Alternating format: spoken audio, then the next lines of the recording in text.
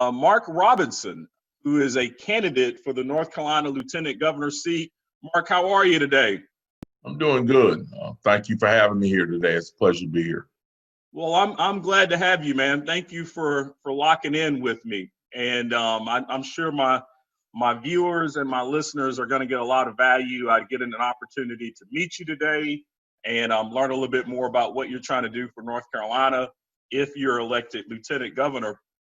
I will tell you, your predecessor, Dan Forrest, is a good friend of mine. I met Dan when he first came to Forsyth County, and he didn't know anyone. He was running against Dale Falwell that year, and I certainly took a liking to him and was able to work with him a little bit that first year when he ran for office. So certainly have an affinity for your predecessor. And you know, when I've been watching you over the years too, you sort of became pretty famous after giving a speech in front of the Greensboro City Council, that a viral moment, as they call it. Yep. And here later, I see now you're wanting to run for office. I will tell you that I've been involved in politics for about 20 plus years. I always tell people that anyone who decides to run for office, they're either crazy or they're pissed off about something. So Mark, which one are you? Why do you want to do this? Well, to be honest with you, after I did that speech in Greensboro and that video went viral, I had the opportunity to do a lot of things. But I think the thing we want to do more than anything is help make change and help preserve the freedoms that God has given us. And so we said that there's no better place to do that than to serve the people of North Carolina in some capacity as an elected official. We looked at a lot of different offices all across the board. And when we looked at this lieutenant governor's position, we said, you know, this is the position we feel like suits us, our particular set of skills just right. And so we decided to throw a hat in the ring and run for it. Yeah, and you know, you've quickly become quite famous around the state. I was telling a good friend of mine, we were on a trip up to Asheville, and I saw your signs all up and down Interstate 40, and you certainly have become quite popular across the state very quickly. So it does appear you're running a really good campaign. Help us understand, as you're out there on the campaign trail and you're in and out of churches and community centers and different communities and meeting people and talking to people, especially in the midst of a pandemic right now, which is an unprecedented situation here for our state, you know, during an election cycle. What are you hearing from North Carolina voters? What are they wanting? What are they most concerned about? What are they wanting to see happen here in the state? What are some obstacles from our neighbors and residents from achieving some of the goals that they may want to achieve? Well, I think the top two things that we're hearing about more than anything, of course, at this particular time, relevant in the news now, is of course the pandemic, what's been going on with the pandemic, and what is currently going on in our streets when it comes to the issue of law and order. Those things are front and center right now. When it comes to the pandemic, most people that I meet, they're all saying the exact same thing. They want to be safe. They want to be safe from the virus. They're taking it serious. They know it's a real virus. They really know it's out there.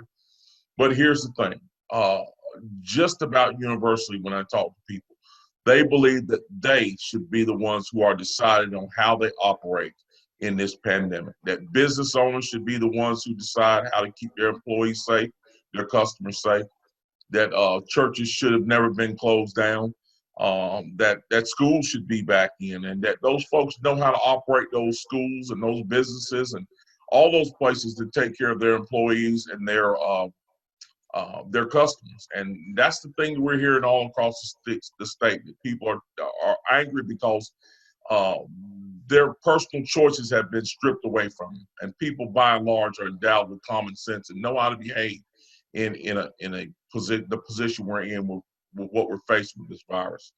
When it comes to the law and order issue, again, just about universally, we see this severe push against what we've called defunding the police.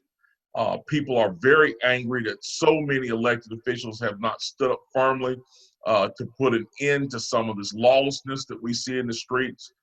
And people are quite frankly tired of folks who are burning police cars and destroying businesses and assaulting people, and in some cases murdering people, being referred to as protesters. They're not protesters, they're criminals. And elected officials need to make that distinction clear and make it clear that they won't stand for it. And all across the state, I hear people saying the exact same thing, that we need law and order, and that we need the freedoms that we have to be able to continue to operate our businesses during this pandemic. And you know, considering you're elected to the seat, what are you telling some of these residents? I mean, what do you see the role of the lieutenant governor in some of the things that you're describing to me today? Well, with these two issues particularly, my seat would mostly be a what they call a bully pulpit, where you can actually go out into the communities, take the message out into the communities, be a voice for the people, so that we can take those issues back to the legislature to make sure the legislature knows what the people want and push for the right things. We certainly, whatever we can do on that end, we want to try to do it, because as it stands right now, I think the way the pandemic has been handled, particularly from the highest levels of government, has not been good. I think it's quite frankly, if I had to give them a grade, I'd give them an F, because I don't think that they've done what needed to be done during this pandemic in order to both keep people safe and to preserve our economy and to keep people's freedoms in order. You know, a recent ECU poll came out this week and has you 5 points ahead of your opponent in the lieutenant governor race. So you do appear to be running a very solid race. So if the election was held today, they're predicting that you would be our next lieutenant governor. Yes. You say the current administration, being Governor Cooper, gets a grade F on how he's handled the pandemic. Let's Yes. fast forward. Let's assume that you win on November 3rd, but let's also assume Governor Cooper is reelected. How do you plan to work with this failed administration to address some of these pandemic concerns and some of the pain that our residents and small business owners find themselves in? Well, the number one thing I'm going to do is push and try to talk to the governor and get him to understand that we need to return control back to the people. Business owners, entrepreneurs, individual citizens are always going to do a better job of handling these issues than governments will. Governor Cooper has no reason to be shutting down bowling alleys and shutting down restaurants and shutting down motor speedways.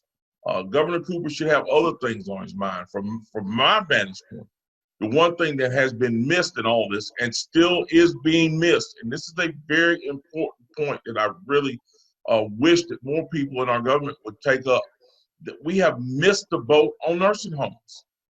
We have not, from my vantage point, have not done what is necessary to make sure that folks in nursing homes are being cared for. Let me tell you what I mean by that. When you talk about nursing homes, anyone who has anyone in a long-term care facility knows that one of the sad realities about that is this. In order to make sure that your loved ones are being cared for properly, you have to be present. In other words, you have to be able to visit those facilities. Right now, during this pandemic, those places have been locked down, family members have been locked out, and sadly to say, there are quite possibly things going on in those places that should not be going on.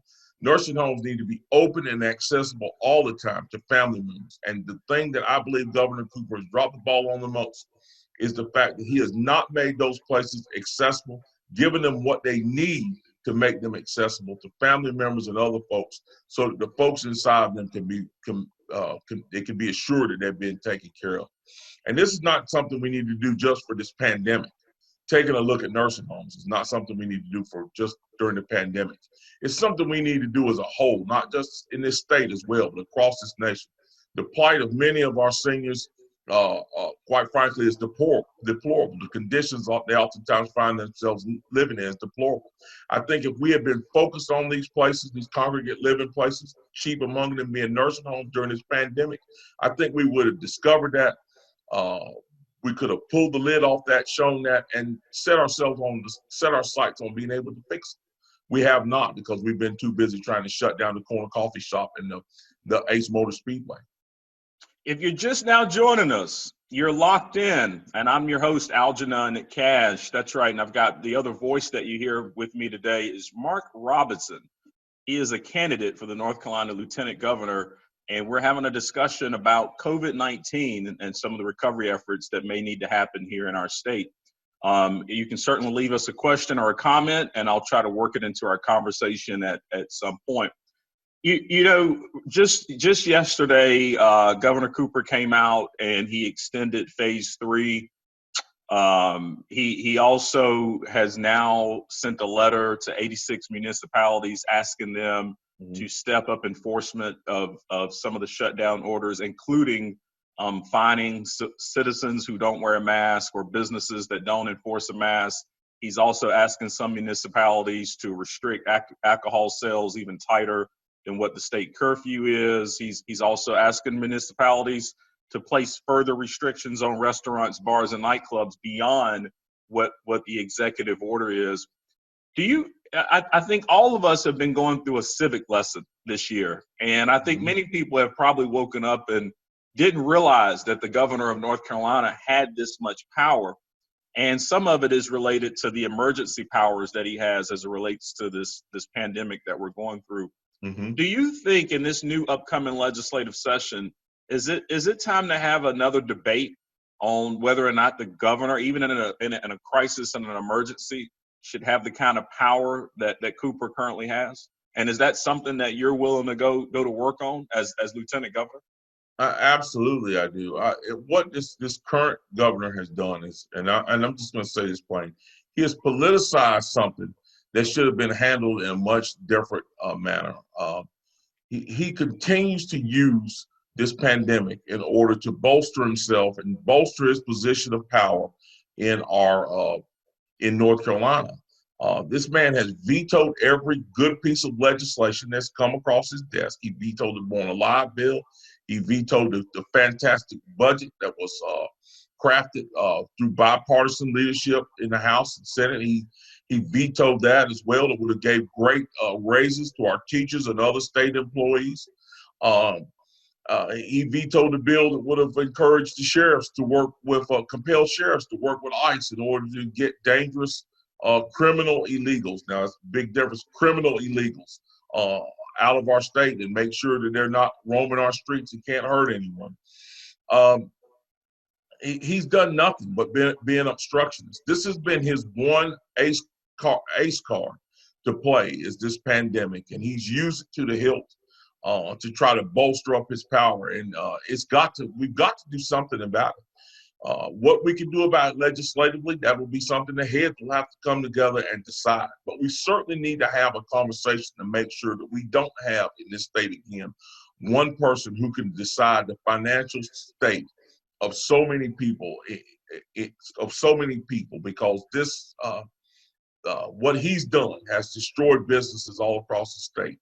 Even in my capacity as a candidate, I have talked to people who told me personally the reason why they are voting the way they're going to vote is because their businesses have been destroyed because they weren't allowed to determine their own safety and their own security and that of their employees and their customers. And that's what people need to be able to do. And the governor's taking that out of their hands. Because of that, like I said, we need to make sure that can't happen again.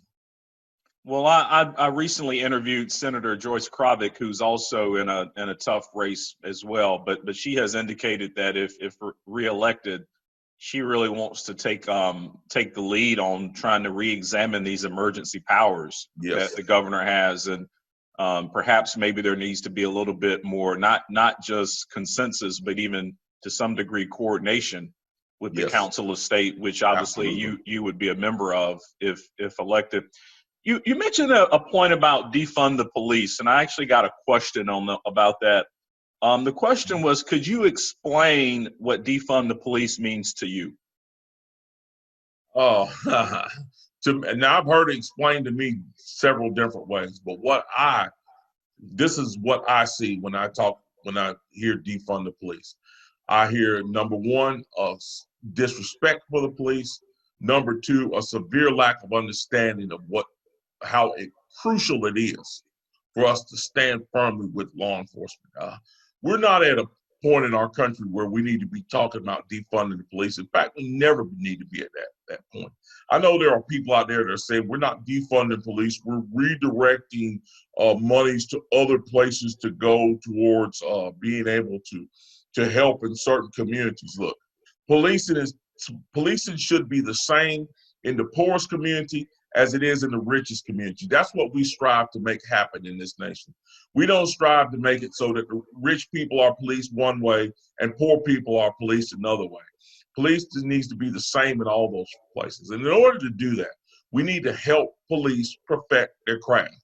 You cannot help police officers perfect their craft by defunding them and diverting money away from them. We need to make sure that we partner with the police, that we ask them what it is that they need in training, equipment, and make sure that they have the things they need to do to further perfect their craft. Now is not the time to say, oh, we had this guy in Minneapolis who choked George Floyd, so now we're going to start defunding police departments all across the nation. That is going to prove to be disastrous. For my money, what I saw with George Floyd proves the exact opposite of the narrative that's being preached. When that happened, the very first person that I heard speak up against it was a retired police officer. And then I saw a long post from a police association that said that it was not right. So in this nation, we seek to get justice for everybody. That includes George Floyd. That includes the richest man in America. So we need to help the police to continue to perfect their craft, and defunding them is not part of that. Yeah, I hear a lot of people say it really means reallocating dollars to other areas of the budget. And then I'm gonna be honest with you, I think when the term was first coined by the Black Lives Matter movement, and I've been on record saying this, initially when the phrase was introduced, it meant exactly that. They wanted to shut down police departments in favor of another form of policing or providing protection to the community. So I think the phrase has evolved, and maybe a little bit of the meaning has changed. And I agree. I think that we need to be taking care of our law enforcement agencies. But I also agree with people like Senator Rand Paul in the United States Senate, where he has written bills that would end no-knock warrants, that would take a harder look at civil asset forfeiture, cash bails, making sure that we provide more education, accountability, transparency within law enforcement agencies, more training on how to de-escalate situations. How do you feel about some of those kind of countermeasures? I mean, can we look at those things more tactically, or? Absolutely, and that's what I mean. Instead of defunding the police, we need to be talking about how we can partner with the police in all the areas that you just mentioned to help them perfect their craft, to take away some things if need be, to add some things if they need be, to continue to help police officers to be able to better carry out their mission. And in order to do that, we don't need to use words like defund the police. We certainly don't need to be spreading these false narratives about our police officers that they are involved in massive corruption and massive brutality, which is simply, those numbers simply can't be backed up with facts. We need to, like I said, we need to partner with our police and make sure that the good police officers know, and 99.999% of them are good officers. We need to partner with our police agencies to ask them, what do you need in order for you and your department to be able to avoid having an issue like what happened with Mr. Floyd? You're a Black man, and there's been all year long, there's been a lot of civil unrest as it relates to law enforcement, simply because of the accusation that a lot of these law enforcement agencies are corrupt, as you just mentioned, and systemically racist. Do you believe that? Do you believe that law enforcement is, within these law enforcement agencies, we have systemic racism? Absolutely not. I do not believe that. I don't believe it at all. It has not been my experience in life. And these over glaring giant examples that they give, the issue with George Floyd, the issue with Breonna Taylor, the issue with Michael Brown. Whenever you look deeply into those things and get the facts, not the emotions that they give you on television, not the surface story that they give you on television news. When you look at the facts, when you look at the facts that are admitted in a court of law, the things that cannot be disputed, you see that each one of those cases, it goes far beyond the racial makeup of the two people involved. There are a whole host of issues. And then you compare it out with the number of times that the same type of incident will happen with officers of both the same color. It is this whole thing about systemic racism in police departments and people being treated unfairly because of the color of their skin is a bunch of hooey. It is not. I don't believe it. A bit more. I just simply do not believe it. Now, that being said, saying that I don't believe it, that is my opinion based on the evidence that I have in front of me and what I've lived, what I've read, and what I've studied so far. But when we start talking about, if we have this conversation, if I have this conversation as an elected official, if we're going to talk about policing issues, we need to invite to the table people who have that different opinion. We need to sit down with them. We need to listen to them. And we need to see if there's anything in what they're saying that might change some opinions that we have. You know, it's the whole prove me wrong thing. They need to be invited to the table. But in allowing them to come to the table, what we're not going to do is what they've done in some other cities. We're not going to allow those folks or anyone else to dictate the conversation. We're going to come to a logical conclusion that's going to best serve the people of North Carolina when we start talking about these issues. So just because I'm diametrically opposed to the idea doesn't mean that I'm diametrically opposed to listening to somebody who has a different opinion. Well, I think it always starts there. I mean, just listening and listening with empathy to understand other people's position. That's the best way to build a bridge between, you know, two opposite sides. You know, I am someone that do believe police brutality is a major issue. I mean, it's something we need to face. But I do push back when they say police brutality is the biggest threat facing Black America. Absolutely. Right now, if you look at statistics and numbers, basically for every 1 million Black Americans, you have about 32 that die every year from police brutality. But you have 380 per 1 million Black people dying from homicide every year. It's the number 6 killer of Black Americans here in the country. So nearly 16,000 people are dying every year related to homicide. And I also think there's some other big issues facing Black America. Yes. Economic disparity, healthcare disparities like cancer, HIV, AIDS, diabetes. Yes. And then another one, the one I want to pivot to right now, because this is something that you're going to be involved in if you're elected, is educational disparity. Yes. You know, right now here in North Carolina, a Black student is 48% more likely to drop out of high school than their white counterpart. Yeah. The lieutenant governor has a role on the State Board of Education. If you were elected in November, do you have any plans or any thoughts about what you would want to try to do to address some of the educational disparities here in North Carolina? Well, I think the number one thing that needs to happen in education to address that issue particularly is this. Parents need to be encouraged to be involved in the process. We need to highly encourage parents to be involved in the education process, because I'm sure if you look at any student who is successful in the classroom, the vast majority of students, the overwhelming majority of students who are successful in the classroom have parents who are involved in their education.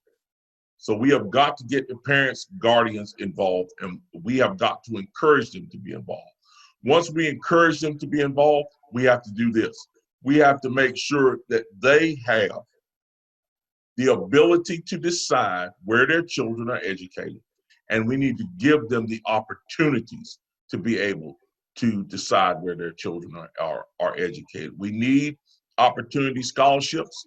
Opportunity scholarships to me and school choice are the paramount issues to solving that issue in disparity, because I believe, number one, it's going to take a lot of folks, give a lot of children an education they normally would not get, so that they can take advantage of their talents and build a successful life and successful working career.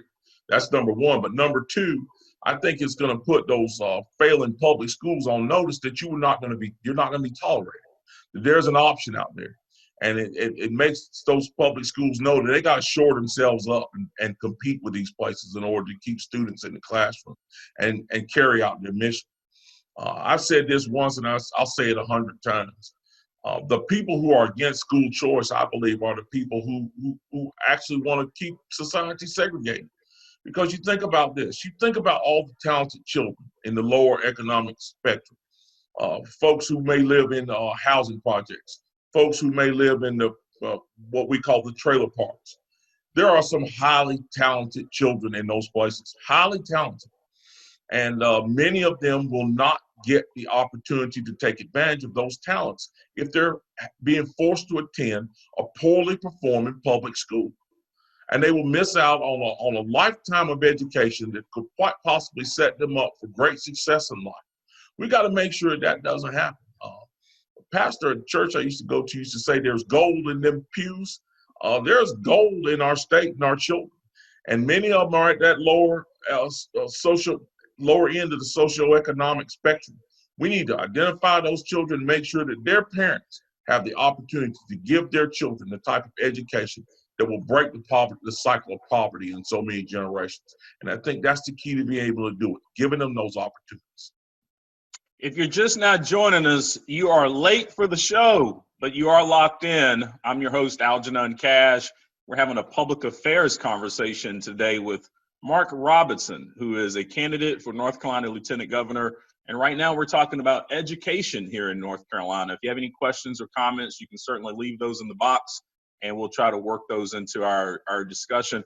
You know, Mark, I'm one of those kids that came from the wrong side of the railroad tracks and grew up very poor, in the hood, as they like to call it. You know, but my grandparents they fundamentally and firmly believed that if I could get a good quality education, and I didn't go to private school, I went to public school. I went to a nice public school, but I went to public school. But they felt like if I could get a nice quality education, that some kind of way I could create a different pathway for myself and create opportunities and some kind of way lift out of that environment. So they were very much committed to what my grandmother coined as educational excellence. Yes. To go back to the point that you just made about, you know, the kids working a little bit harder on homework and doing those kind of things as it relates to dropout rates and so forth. You know, there's a study that recently came out that compared African-American kids to their white counterparts and Asians. And African-American kids spend probably just under 40 minutes per night on homework. Their white counterparts spend just around 60 minutes, and their Asian counterparts spend almost 100 minutes or more on homework every single night. So I do believe what you're saying is very true, and that was the same situation in my house. As soon as I got home from school, you better go ahead and crack that book open and start homework right away.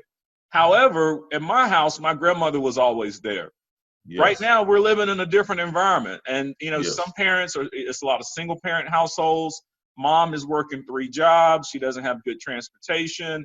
Quite frankly, when she gets home, she's just tired. She doesn't feel like sitting at the dining room table with Junior to be able to do homework. This is not a particular problem that we can legislate our way out of. You can't mandate that a kid spend a certain amount of time on their homework every night. How do we start providing some level of leadership or mentorship to address those kind of problems? Well, I think the number one thing we do is we've got to start stressing the parents how important this issue is.